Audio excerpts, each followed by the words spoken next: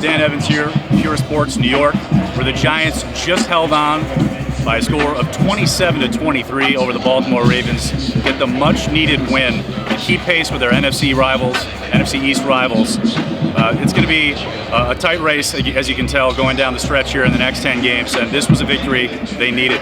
Eli Manning passed for over 400 yards and 3 touchdowns, 2 of which were to Odell Beckham, who the late game heroics were care of him. A 66-yard catch and run for a touchdown with just under a minute and a half to retake the lead that they would keep and hold on for that victory.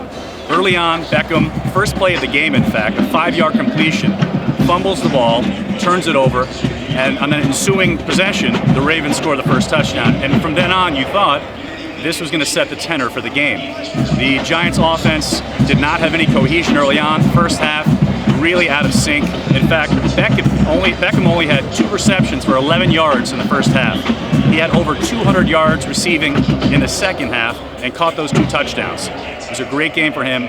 They're going to need to work on the running game still, less than 40 yards. Jennings came back today, was ineffective, as was the running game, but they came away with the victory, and that's all that matters. The defense was also very key for the Giants today. Kept them in the game. They bent, but they did not break.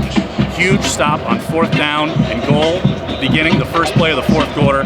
A terrific stop by Casillas, aided by Mark Herzlich, shoving Terrence West out of bounds, keeping him from the end zone and keeping the Giants in the game. And that was the theme of it.